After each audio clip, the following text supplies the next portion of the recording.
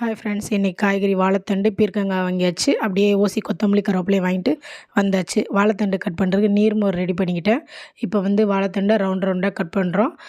நான் கூட்டுக்கு தான் கட் பண்ண போகிறேன். ஃபஸ்ட் நம்ம ரவுண்ட் ரவுண்டாக கட் பண்ணிவிட்டு கட் பண்ணும்போதே அந்த நாரையும் எடுத்துடுறோம்.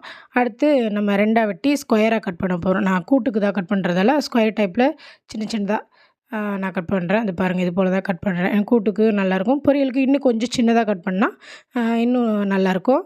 ஸோ இப்போது வாழைத்தண்டு கட் பண்ணி நீர்மோரில் போட்டு வைக்க போகிறோம். அடுத்து பீர்க்கங்காய் வாங்கிட்டு வந்தேன். ஸோ அதனால் தோலை ஃபஸ்ட்டு எடுத்துக்கலாம்.